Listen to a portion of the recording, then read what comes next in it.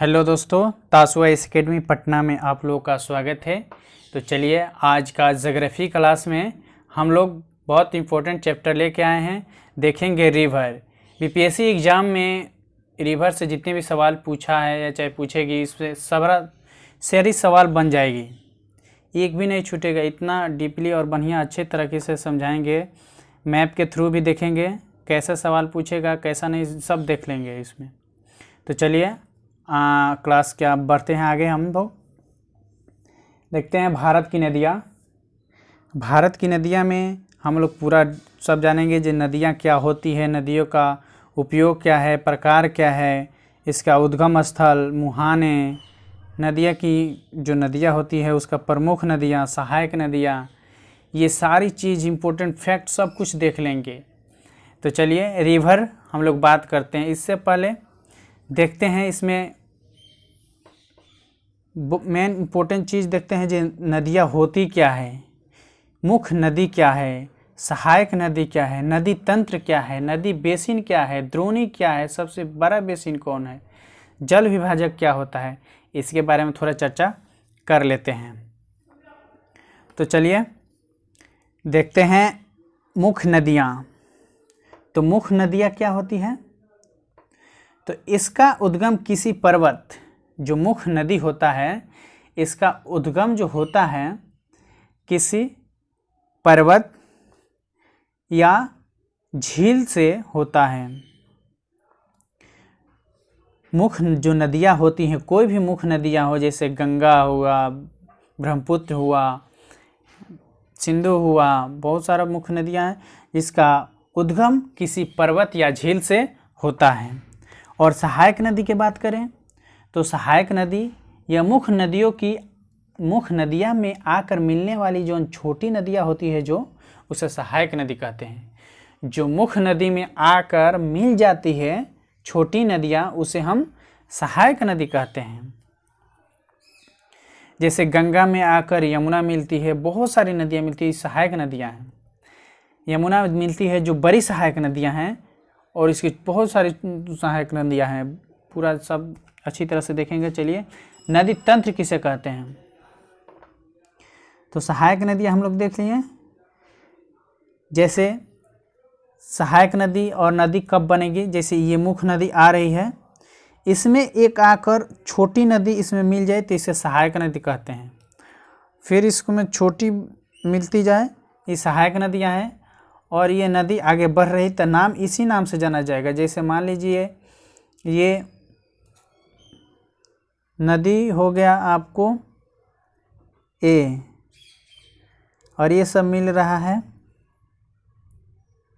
नदी आ रही है ए नदी, इसका नाम है ए।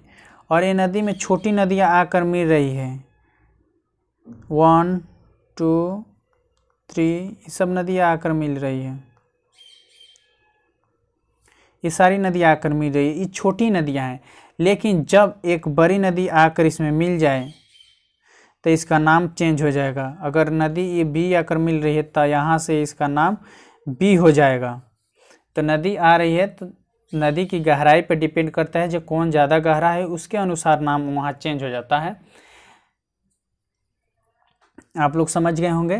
तो सहायक नदियाँ समझ गए। अब देखते हैं नदी तंत्र। नदी तंत्र की बात करें तो मुख्य नदी तथा उसके सहायक नदी को मिलने से नदी तंत्र का निर्माण होता है। मुख्य नदी जैसे गंगा की देख लेते हैं, ब्रह्मपुत्र की देख लेते हैं, ये मुख्य नदी हो गया।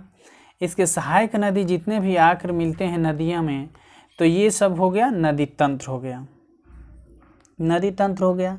अब बेसिन किसे कहते हैं? यानी द्रोणी। बेसिन को ही हम लोग द्रोणी कहते हैं। तो बेसिन किसे कहते हैं? किसी नदी तंत्र द्वारा जहाँ तक सिंचाई का कार्य किया जा सके, किसी नदी तंत्र द्वारा जहाँ तक सिंचाई का कार्य किया जा सके उसे बेसिन कहते हैं। सबसे बड़ा बेसिन की अगर बात करें तो सबसे बड़ा बेसिन का बात करें तो वो है गंगा। सबसे बड़ा बेसिन गंगा का बेसिन होता है। गंगा, सिंधु, गोदावरी, कृष्णा, ब्रह्मपुत्र, महानदी, नर्मदा, ये सब बेसिन नदियां हैं। सबसे बड़ी बेसिन होती है गंगा नदी की बेसिन, सिंधु नदी बेसिन, ये सारी नदियां हैं। उसके बाद बात करते हैं जल विभाजक। जल विभाजक क्या होता है?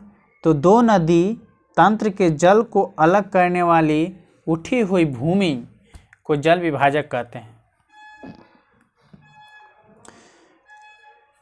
दो नदी तंत्र जो होता है उसे अगर जो जल होता है अलग करने वाली जो उठी हुई भूमि होता है विभाजन कर देता है, उसे जल विभाजन करते हैं। जैसे दो नदी हो गया, नदी तंत्र को जल को अलग करने वाली उठी हुई भूमि को जल विभाजन कहते हैं। जैसे सतपुरा पर्वत पूरे भारत का जल विभाजक है।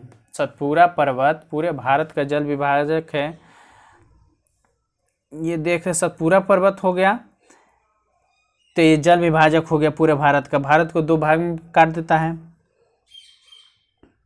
तो चलिए जल विभाजक आप लोग देख लिए। इसके आगे चलते हैं नदियाँ। नदियों की बात करें तो ये नदियाँ जो होती है भूतल पर प्रभावित एक जलधारा होती है। ये आप लोग तो जानते हैं, जिसको स्रोत प्रायः कई झीलें, हिमनद, झरना, बारिश का पानी होता है, किसी सागर अथवा झील से गिरती है। नदियाँ, नदी शब्द संस्कृत के नद से आया हुआ है। संस्कृत में ही इसे सरिता भी कहते हैं। नदी को हम लोग सरिता भी कहते हैं। नदी दो प्रकार की होती है, एक सदानीरा, एक बरसाती। और सदानीरा क्या होती है और बरसाती क्या होती है, आप लोग देखिए। जो सदानीरा होती है उस जिसमें सालों भर पानी रहता है, जिस नदी में उसे सदानीरा कहते हैं। और बरसाती नदियाँ उसे कहते हैं जिसमें सालों भर पानी नहीं रहती है। जैसे बरसात के दिन में उसमें पानी अच्छी तरह से रहेगा उस नदी में, और बारिश नहीं होगी तो उसमें पानी नहीं रहेगा, सुखाड़ रह जाएगा या बहुत कम रहेगा पानी। वो हो गया बरसाती नदी। और जो है सदानीरा नदी, इसमें हमेशा पानी रहता है। बरसाती नदियाँ, सदानीरा नदियाँ होती है जो प्रायः ट्रांस नदियाँ होती है। सदानीरा नदियाँ यानी उत्तरी भारत की जो नदियाँ है वो सदानीरा नदियाँ होती है। दक्षिण भारत की नदियाँ सदानीरा नहीं बरसाती होती है। दक्षिण भारत में एक नदी है जो आगे बताएंगे कौन सा है, उसे एक भी सदानीरा नदियाँ हैं। चलिए नदियों का उपयोग देखते हैं। तो नदी का उपयोग क्या है? तो नदी का उपयोग तो पीने के लिए, फसल के लिए, ये सब है। परिवहन, भोजन, फैक्ट्री में सब नदी का बहुत बड़े योगदान है। चलिए नदी की यात्रा करते हैं हम लोग, बहुत अच्छी तरीके से देखेंगे नदी। भारत की जो नदियाँ होती हैं, भारत की नदियाँ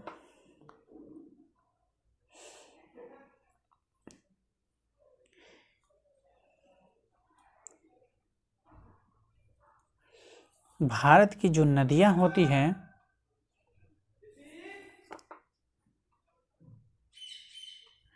नदी, ये दो भाग में बढ़ जाता है। जैसे एक हो गया हिमालय रिवर, और एक हो गया प्रायद्वीपीय रिवर। ये भी हिमालय रिवर को आप तीन प्रकार में बांट सकते हैं। हिमालय नदियों में बहुत नदियाँ आती है, जैसे सिंधु, ब्रह्मपुत्र, गंगा। और प्रायद्वीपीय जो नदियाँ होती है, चाहे सारी नदियाँ अपना मुहाना कहाँ बनाती है? तो एक तो जितना भी नदियाँ हैं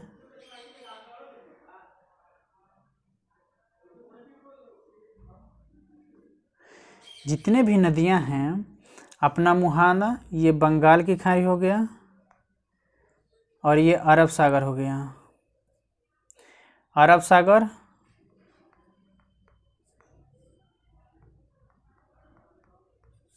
ये बंगाल की खाड़ी। तो कुछ नदियाँ अरब सागर में गिरती है और बहुत सारी नदियाँ बंगाल की खाड़ी में गिरती है। ऐसे देखा जाए तो बंगाल की खाड़ी में जितने भी गिरने वाली नदियाँ हैं, सारा की सारी नदियाँ डेल्टा का निर्माण करती है। और अरब सागर में जितने भी नदियाँ गिरने वाली हैं वो एस्चुअरी का निर्माण करती है। एक इधर से आ जाती है, पाकिस्तान में सिंधु नदी, ये नदियाँ डेल्टा का निर्माण करती है, सिंधु नदी। चलिए आगे देखते हैं।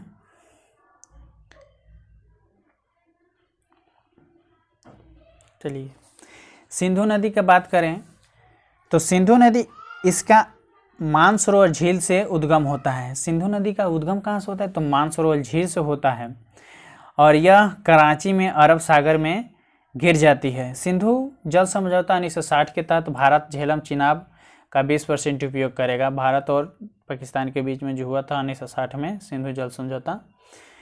और झेलम नदी की बात करें तो यह कश्मीर से निकल कर भारत पाकिस्तान का सीमा बनाते हुए, झेलम जो नदी है भारत पाकिस्तान का सीमा बनाता है और यह कश्मीर से निकलकर भारत पाकिस्तान का सीमा बनाते हुए चिनाब में मिल जाती है।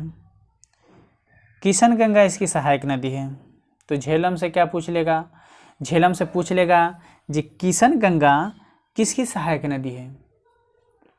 तो झेलम की सहायक नदी है। बहुत इंपॉर्टेंट सवाल बन सकता है जी किशन गंगा किसकी सहायक नदी है? तो झेलम नदी की सहायक नदी है। चिनाब नदी का बात कर लें तो हिमाचल से निकलकर सिंधु से मिल जाती है। यह सिंधु की सबसे बड़ी सहायक नदी है। चिनाब नदी सिंधु की सबसे बड़ी सहायक नदी। सवाल पूछेगा कि सिंधु की सबसे बड़ी सहायक नदी कौन है? तो चिनाब नदी है। तो चिनाब नदी हिमाचल से निकलकर सिंधु में मिल जाती है, सिंधु की सबसे बड़ी सहायक नदी है। सवाल पूछेगा आपसे कि सिंधु की सहायक नदी कौन है? सबसे बड़ी सहायक नदियाँ इसमें इनमें से कौन है? तो चिनाब सिंधु की सबसे बड़ी सहायक नदी है।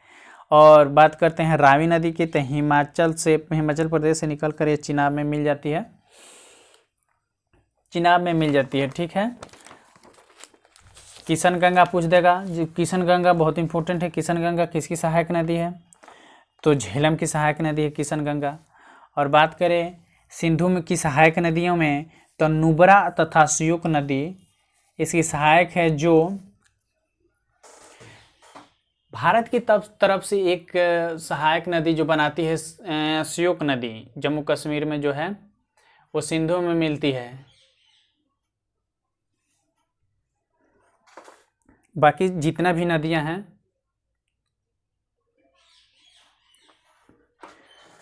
और आगे बढ़ते हैं ब्यास नदी। चलिए ब्यास नदी की बात करें हम लोग तो हिमाचल से निकलकर ये सतलज में मिल जाती है और सतलज नदी मानसरोवर झील से निकलकर हिमाचल पंजाब होते हुए चिनाब में मिल जाती है। चलिए ब्रह्मपुत्र को देखते हैं। ब्रह्मपुत्र नदियाँ जो है ये कहाँ से निकलती है?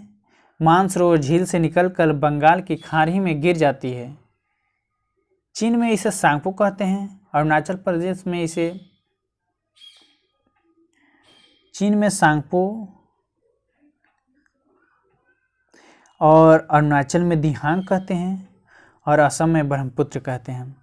चीन में ब्रह्मपुत्र नदी को सांगपो नदी कहते हैं, अरुणाचल प्रदेश में इसे दिबांग कहते हैं और असम में इसे ब्रह्मपुत्र के नाम से जाना जाता है। और बांग्लादेश में जब प्रवेश करता है तो ये जमुना हो जाता है और जब गंगा से मिलती है तो मेघना हो जाती है। इसका देख लेते हैं हम लोग मैप से। मान लीजिए ये भारत हो गया, भारत हो गया।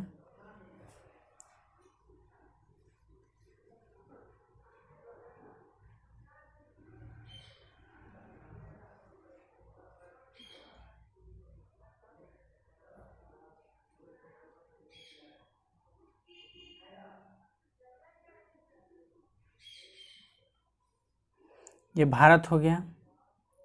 यहाँ से मानसरोवर झील से निकलती है ब्रह्मपुत्र नदी। ये चीन होते हुए, तिब्बत होते हुए, अरुणाचल प्रदेश होते हुए, असम होते हुए बांग्लादेश में आती है। तो ये हो गया चीन हो गया, ये हो गया अरुणाचल प्रदेश हो गया, ये असम हो गया और ये बांग्लादेश हो गया। तो ब्रह्मपुत्र जो नदी है ये इसको चीन में सांगपो के नाम से पुकारा जाता है। चीन में सांगपो के नाम से इसी नदी को पुकारा जाता है। अरुणाचल प्रदेश में दिबांग नाम से पुकारा जाता है और असम में बात करें तो असम में ब्रह्मपुत्र नदी के नाम से पुकारा जाता है। जब बांग्लादेश में प्रवेश करती है तो इसे जमुना, यमुना नहीं जमुना, जमुना के नाम से पुकारा जाता है। और जब इसमें गंगा नदी आकर मिलती है, इसमें आकर मिलती है यहाँ, तो इसे हम लोग मेघना, उसका नाम हो जाता है मेघना से पुकारते हैं, मेघना, तो उसका नाम मेघना हो जाता है। चलिए, जैसे ब्रह्मपुत्र की अब सहायक नदियों की बात करें तो इसमें लोहित है, सबरनासी है, बराक है, और भी सारी, दिहांग नदी है, और भी सारी इसकी सहायक नदियां हैं। तीस्ता नदी, अब तीस्ता नदी देखते हैं। तीस्ता दार्जिलिंग के पहाड़ी से निकलकर ब्रह्मपुत्र में मिल जाती है। ये भी ब्रह्मपुत्र की सहायक नदियां हैं जो भारत बांग्लादेश से विवादित हैं। पूछ देगा सवाल जी भारत और बांग्लादेश के में किस नदी से विवादित है, तो तीस्ता नदी है। तीस्ता नदी भारत और बांग्लादेश से विवादित है।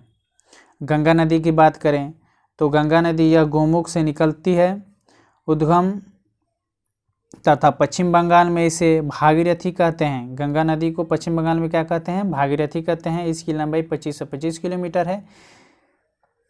गंगा नदी क्यों नहीं सड़ता है, इसकी बात कर लें। गंगा नदी की जो पानी है वो खराब क्यों नहीं होता है, तो इसमें एक बैक्टीरिया पाया जाता है, उसका नाम बैक्टीरियोफेज है। जो एक गंगा नदी में बैक्टीरियोफेज नामक एक वायरस पाया जाता है, जिस कीटाणु को खा जाता है बैक्टीरियोफेज नामक वायरस जो होता है, इससे गंगा नदी का जल खराब नहीं होता है। चलिए, यमुना नदी की बात करें तो उत्तराखंड से बंदरपूंछ से हिमालय से निकलती है और यूपी हरियाणा का सीमा बनाते हुए इलाहाबाद में गंगा मिल जाती है। गंगा में मिलने वाली यमुना नदी इसका सबसे बड़ी सहायक नदी है जो दक्षिण की तरफ से मिलती है। चलिए, लूनी नदी की बात कर लें तो लूनी नदी कहाँ है, तो ये गुजरात में है। अरावली के पश्चिमी घाट से निकलकर कन्हा के जो अरावली है ना पश्चिमी घाट, उससे निकलकर ये कच्छ के रण में समाप्त हो जाती है। तो कौन नदी पूछ देगा आपसे, जब कौन नदी कच्छ के रण में समाप्त हो जाती है, तो लूनी नदी है जो गुजरात में है।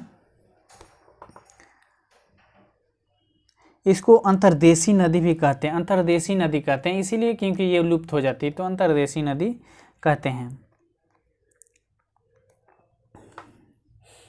चलिए आगे बढ़ते हैं हम लोग।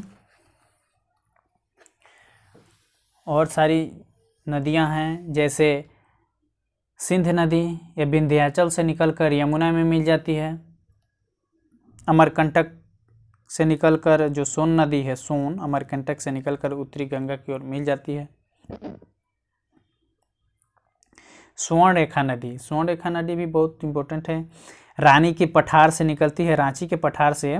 स्वर्ण रेखा नदी जो है रांची के पठार से निकलकर बंगाल के खाड़ी में गिर जाती है। और हुगली नदी की बात करें तो यह गंगा की, चलिए हुगली नदी का बात करें तो यह गंगा की एक शाखा है जिस पर कलकत्ता बंदरगाह है। हुगली नदी गंगा की एक शाखा है जो इस पर कलकत्ता बंदरगाह। हुगली नदी बंगाल में जो गंगा नदी है वो बंगाल में 2 भागों में बढ़ जाती है। एक हुगली चल जाती है और एक चल जाती है बांग्लादेश में जो जाती है। और महानदी की बात कर लें तो महानंदा गंगा में बाईं ओर से मिलने वाली आखिरी नदी है। बहुत इंपॉर्टेंट सवाल बनेगा कि गंगा नदी में मिलने वाली आखिरी नदी कौन है, बाईं ओर से मिलने वाली आखिरी नदी कौन है, तो महानंदा है।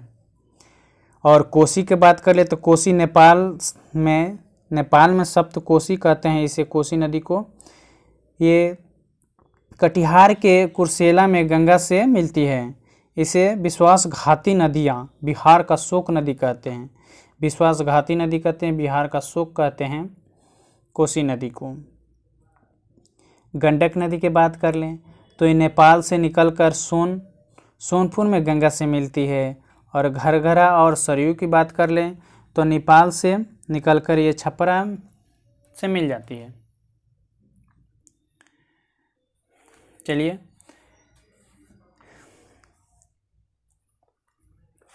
नदियाँ का देख लिए। सवाल पूछ देगा कि गंगा में बाईं ओर से मिलने वाली आखिरी नदी कौन है, तो ये महानंदा है। बहुत इम्पोर्टेंट सवाल है। इसके बाद बात करते हैं गोमती जो है नेपाल से गंगा में मिलती है। इसके किनारे लखनऊ शहर है। तो लखनऊ शहर किसके, लखनऊ शहर जो है वो किस नदी के किनारे बसा है, सवाल पूछ देगा ऐसा। तो गोमती शहर के किनारे बसा है। और उत्तराखंड से निकलकर कन्नौज में गंगा में मिलती है, कौन सी नदी मिलती है, तो रामगंगा है। रामगंगा उत्तराखंड से निकलकर कन्नौज में गंगा में मिलती है। तो गंगा की सहायक नदी रामगंगा है। चलिए साबरमती की बात करें, साबरमती नदी तो अरावली के दक्षिण से निकलकर खंभात की खाड़ी में गिर जाती है, सबसे प्रदूषित नदी है। बात करें कि ये भारत की जो सबसे प्रदूषित नदी है तो कौन है, साबरमती नदी है।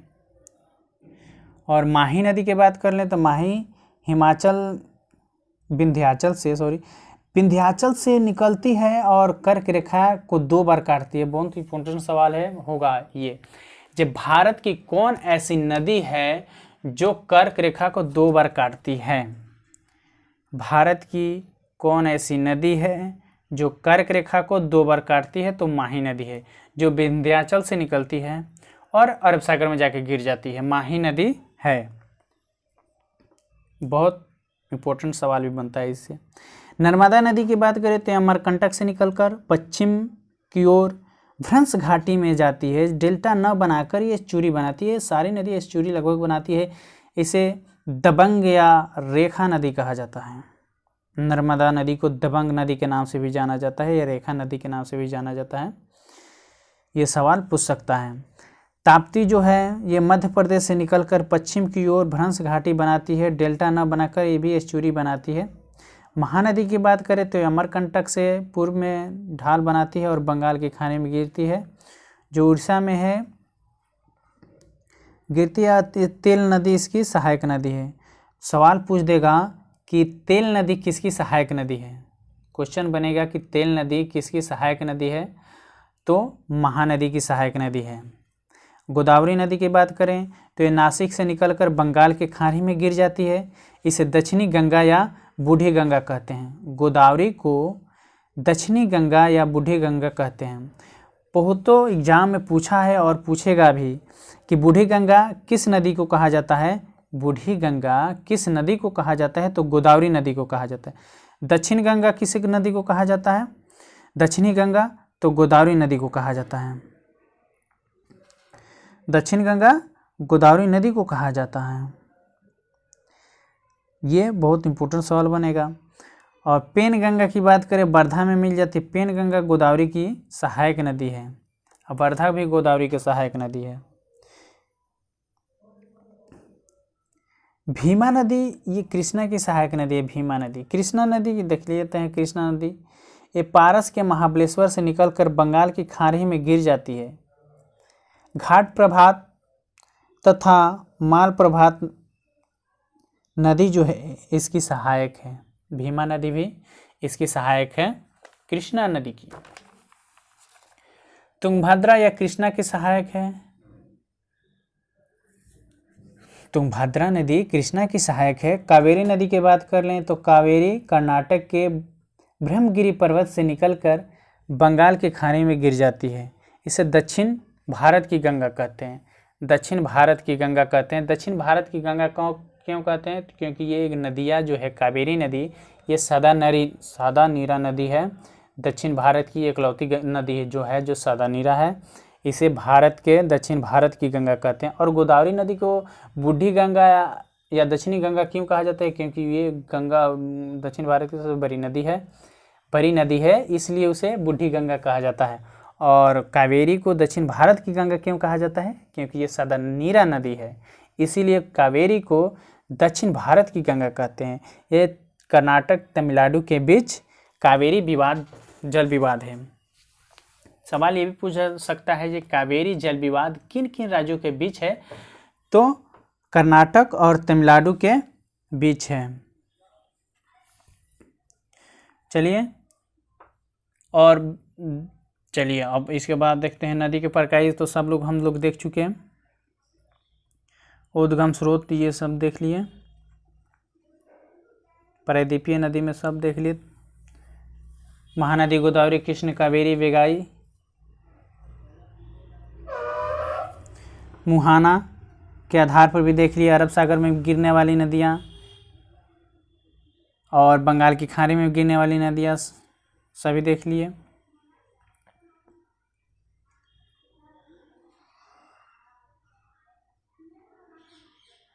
चलिए एक बार मैप से दिखा देते हैं।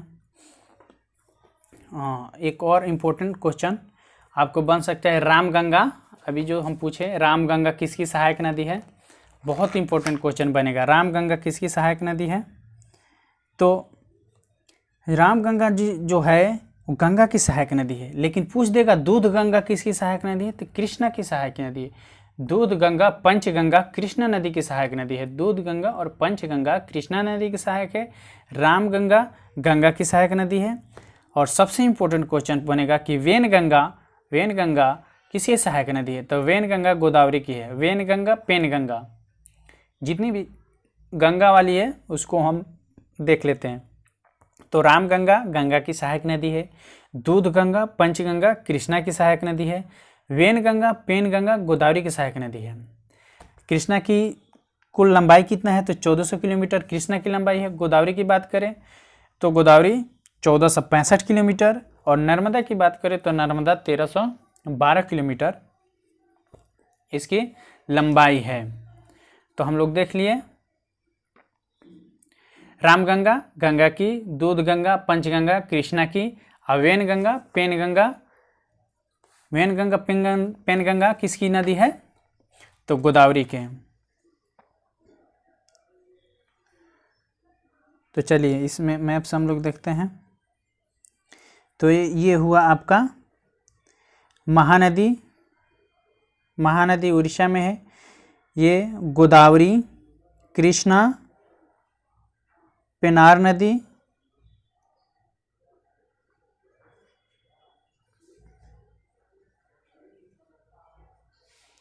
ये हो गया आपका कावेरी नदी।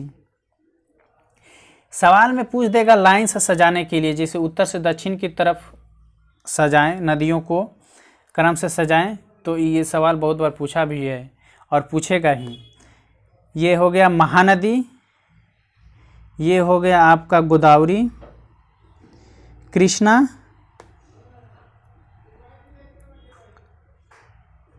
कावेरी, न्यार, और सवाल पूछेगा कि सबसे नीचे यानी सबसे दक्षिण में कौन नदी है, तो ये हो गया बेगाई नदी। बेगाई नदी बहुत बार इम्पोर्टेंट पूछा हुआ है। बेगाई नदी जो यहाँ है, बेगाई नदी। और लूनी नदी की बात दिखा देते हैं। लूनी नदी जो है यहाँ है, ये है लूनी नदी, और गुजरात में के कच्छ के रण में आकर यहाँ विलीन हो जाती है। और अरब सागर में गिरने वाली नदियाँ दो चार को देख लेते हैं। ये हो गया साबरमती नदी, अरब सागर में गिरती है। माही नदी अरब सागर में गिरती है। नर्मदा, ताप्ती, नर्मदा नदी, माही नदी, ताप्ती नदी, सारी नदियां हैं जो अरब सागर में गिरती हैं।